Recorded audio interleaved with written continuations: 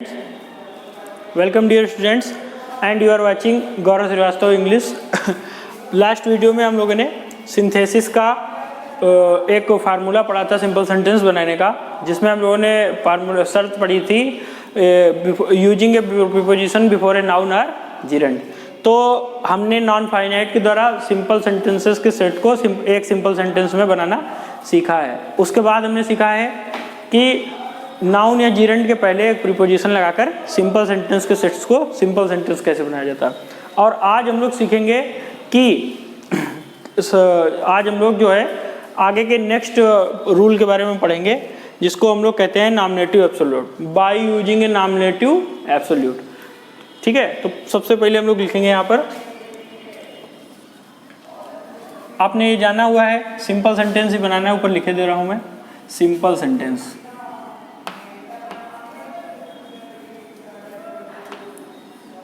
Simple sentence, ठीक है, bracket में लिखते हैं by using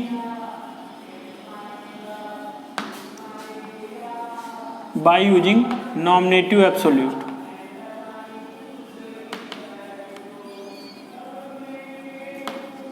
by using nominative absolute. अब हमें ये जानना है व्हाट इज नॉमिनेटिव एब्सोल्यूट। तो नॉमिनेटिव एब्सोल्यूट हम लोग कहेंगे फ्री सब्जेक्ट को।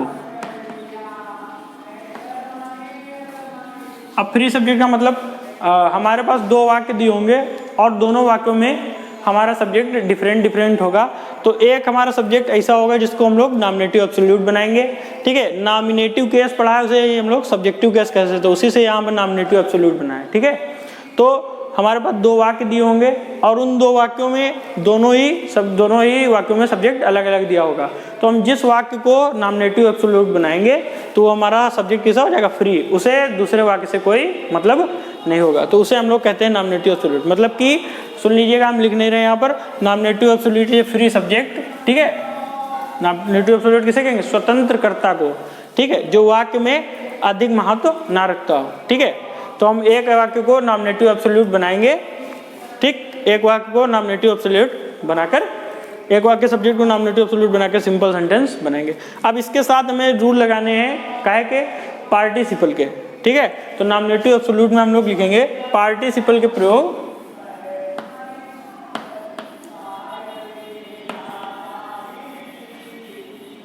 Participle rules are used. Participle rules are used. ठीक है, तो यहाँ पर हमें पार्टिसिपल के रूल यूज होंगे। ठीक, तो अब हम लोग किस प्रकार से यूज बनाएंगे पार्टिसिपल के रूल को। हम लोगों ने किस प्रकार से प्रयोग किया था, एक कार्य पहले खत्म होता था, उसी वाले वाक्य को हमें पार्टिसिपल वाले रूल लगा के बनाते थे, बाद वाले वाक्य को सेम रखते थे। ठीक, तो इसमें एग्जाम्पल देखते हुए हम लोग सीखेंगे। जैसे लिखा है द सन रोज। ठीक है, all the birds started singing. The sun rose, all the birds started singing. तो यहाँ पर हम लोगों ने लिखा हुआ है सूर्य उगा, सारी चिड़िया क्या करने लगी, स्टार्टेड सिंगिंग, गीत गाने लगी। तो यहाँ देखेंगे हम लोग, एक हमारा सब्जेक्ट दिया हुआ है द सन, दूसरा सब्जेक्ट हमारा दिया हुआ है ऑल द बर्ड्स। दोनों ही वाक्यों में सब्जेक्ट कैसे हैं, डिफरेंट है। ठीक, तो सबसे पहला कार्य हुआ हमारा सूर्य का उगना और दूसरा कार्य हुआ चिड़ियों का गीत गाना। तो जो पहले कार्य हुआ है उसे ही हम लोग क्या बनाएंगे, नॉमिनेटिव एब्सोल्यूट। मतलब पहले वाले सब्जेक्ट को नॉमिनेटिव एब्सोल्यूट बनाइए। अब नॉमिनेटिव एब्सोल्यूट तो बना देंगे हम लोग, लेकिन उसमें रूल क्या लगाना हमें, पार्टिसिपल का। तो पार्टिसिपल में आपने एक यूज पढ़ा हुआ था कि अगर इज, एम, आर, वाज, वर दिए हों तो वहाँ हम क्या कर देते हैं, बीइंग। ठीक है, अगर V2 दिया है तो हम लोग कर देते हैं हैविंग प्लस V3। अगर V2 दिया तो हम लोग क्या करेंगे, हैविंग प्लस V3। अगर पैसिव स्ट्रक्चर दिया है तो हम लोग क्या करेंगे, हैविंग, ठीक है, प्लस लगा देंगे बीन, प्लस लगा देंगे V3।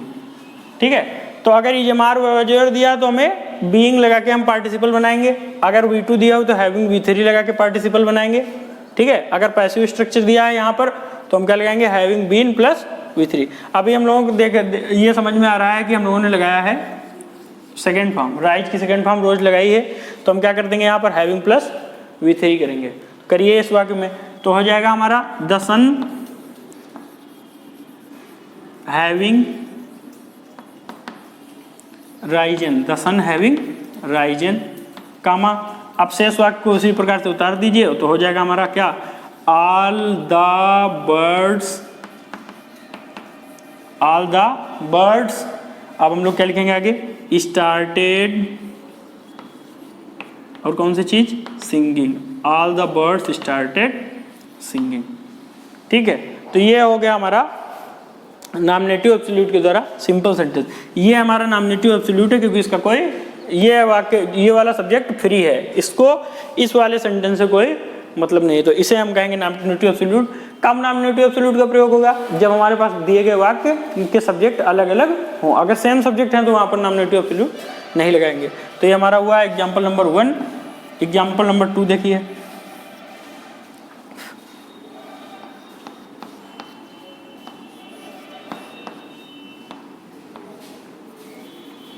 It was Sunday, it was Sunday, ठीक है। एक वाक्य हो गया हमारा, students did not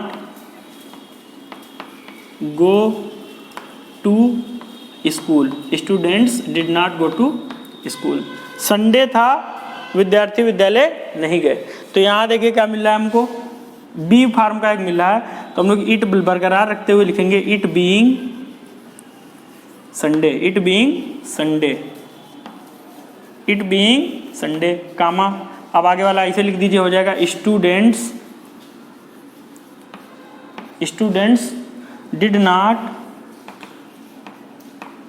go to school, students did not go to school. ये हमारा अब क्या हो गया, यहाँ पर इट हो गया हमारा नॉमिनेटिव एब्सोल्यूट, ठीक है। अब अगर हम एक वाक्य को इस प्रकार, अगर कहीं पर पैसिव फॉर्म दी है तो हम लोग उसका उसमें क्या करेंगे, हैविंग बीन कर देंगे, ठीक है। तो उसका एग्जांपल देख लीजिए,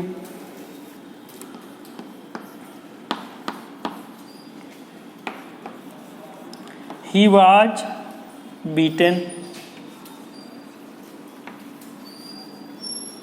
he was beaten, full stop।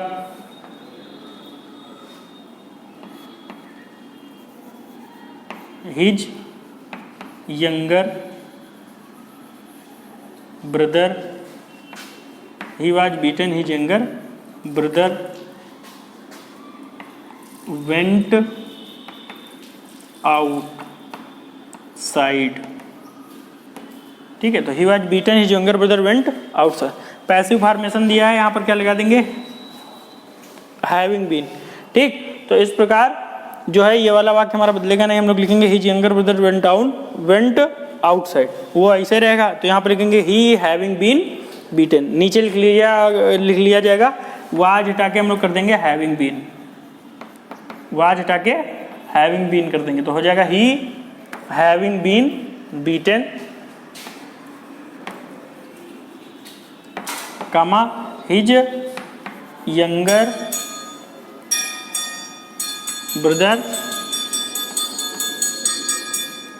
Brother went outside, ठीक है। तो ये हमारा नॉमिनेटिव एब्सोल्यूट का, इतने में ही आपका मुख्य बात जो है, ये हमने पार्टिसिपल में आपको बताया थे, लेकिन यहाँ पर भी ध्यान देना है, ठीक। जो भी कार्य पहले हो रहा है उसी वाक्य के कर्ता को में नॉमिनेटिव एब्सोल्यूट बनाना होगा, और इन नियमों का पालन करते हुए पहले वाक्य को चेंज करिए, दूसरा वाक्य सेम उसी प्रकार से रहेगा। कहीं कहीं पे हो सकता है कि दूसरे वाक्य में ये वाला रूल लगे, तो आप समझ के ही करिएगा, ठीक है। नेक्स्ट वीडियो में आपको इसके आगे का रूल बताया जाएगा, ठीक है। तब तक के लिए थैंक यू।